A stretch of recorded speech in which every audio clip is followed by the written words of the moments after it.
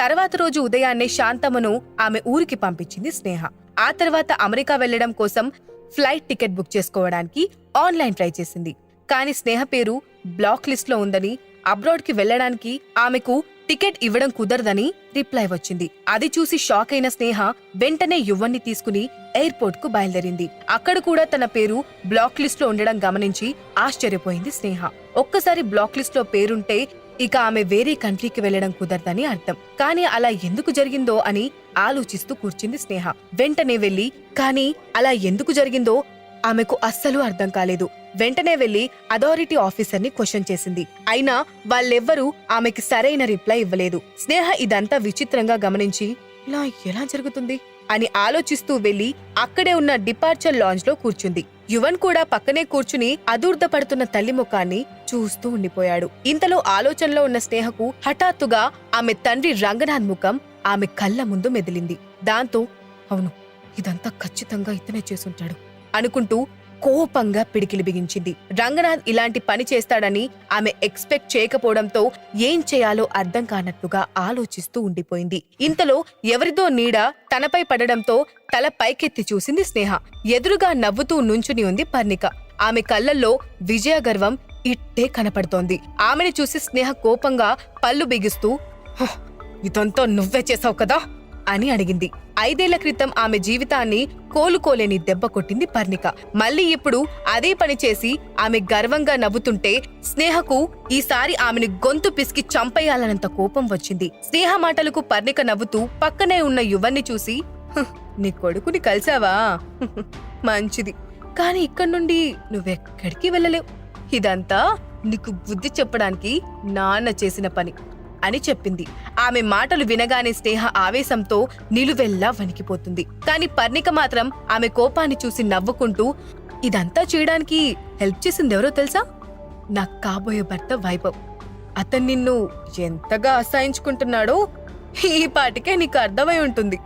ఇంకోసారి నువ్వు మళ్ళీ వైభవ్ జీవితంలోకి రాలేవని చెప్పడానికి ఇది ఉదాహరణ మాత్రమే అని అంది. ఆ మాటలకు స్నేహ ఆవేశంగా నీకేమైనా పిచ్చి పట్టిందా? నేను మీ అందరినీ వదిలిపెట్టి వెళ్దామని ప్రయత్నిస్తుంటే అడ్డుకుంటుంది మీరు. మళ్ళీ నీ కాబోయే భర్త జీవితంలోకి నన్ను రావద్దని హెచ్చరిస్తున్నావు. కొంచెమైనా మైండ్ ఉందా అని అరిచింది. మాకు మైండ్ ఉందో లేదో ముందు ముందు నీకే తెలుస్తుందిలే. ఇక నువ్వు ఇక్కడే ప్రశాంతంగా బతకాలంటే నాన్న తీసుకొచ్చిన ఆ కృపాకర్నే పెళ్లి చేసుకోవాలి అని అంది. నువ్వు మీ నాన్న ఇలాంటి చెత్త పనులెన్ని చేసినా నేనా పెళ్లి చేసుకోను అని గట్టిగా చెప్పింది స్నేహ. అక్క, అప్పుడే అంత త్వరగా నిర్ణయానికి రావద్దు. నీకిప్పుడు తండ్రి లేని బిడ్డ ఉన్నాడని మర్చిపోవద్దు. జాగ్రత్తగా ఆలోచించుకుని ఒక మంచి నిర్ణయం తీసుకో. బాయ్ అని నవ్వుతూ అక్కడి నుండి వెళ్లిపోయింది పర్ణిక. పర్ణిక వెళ్లిన వైపే చూస్తూ కోపంగా పిడికిలి బిగించింది స్నేహ. అది చూసిన యువన్ వెంటనే ఆమె చేతిని గట్టిగా పట్టుకుని మమ్మీ, నీ కోపం వచ్చిందా అని అడిగాడు. స్నేహ వెంటనే సర్దుకుని లేదు, నాకేం కోపం రాలేదు, నేను బానే ఉన్నాను అంటూ యువన్ని ఎత్తుకుని తిరిగి మళ్లీ తన అమ్మమ్మ శాంతమ్మ ఇంటికి బయలుదేరింది. ఆ రోజు రాత్రి నిద్రపోతున్న యువన్ ముఖాన్ని చూస్తున్న స్నేహ కళ్ళల్లో నుండి నీళ్లు కారిపోతున్నాయి. ఆమె ఇప్పుడు అయోమయ పరిస్థితుల్లో ఉంది. తన కుటుంబానికి దూరంగా ఉండి యువన్ పై వాళ్ళ ప్రభావం పడకుండా పెంచాలని అనుకుంది స్నేహ. కాని ఇప్పుడు పరిస్థితులని ఒక్కసారిగా ఆమెకు వ్యతిరేకంగా మారిపోయాయి. దాంతో ఆమె చాలాసేపు ఆలోచిస్తూ ఉండిపోయింది.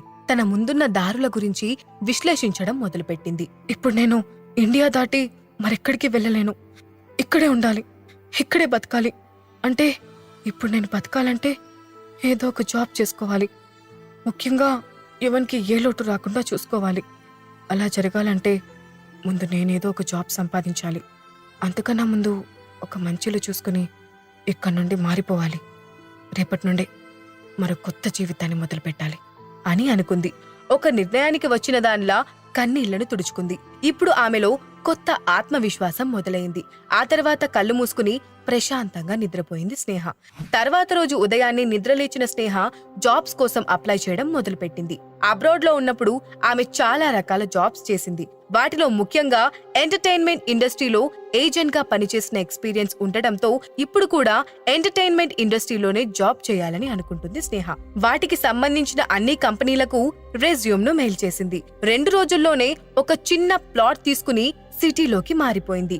రోజులు గడుస్తున్నా జాబ్ కి అప్లై చేసిన కంపెనీల నుండి ఎలాంటి రిప్లై రావడం లేదు. ఒకవేళ 1-6 వచ్చినా అవి కూడా ఆమెను రిజెక్ట్ చేస్తూ వచ్చినవే. మొదట్లో ఆమె దాని గురించి పెద్దగా ఆలోచించలేదు. కానీ రాను రాను అన్ని కంపెనీల నుంచి రిజెక్ట్ చేయడానికి కారణాలు ఒకే రకంగా ఉన్నాయి. ఈ దేశంలో పనిచేసిన ఎక్స్పీరియన్స్ లేకపోవడంతో అందుకు ఆమెను రిజెక్ట్ చేస్తున్నట్టు చెప్పారు.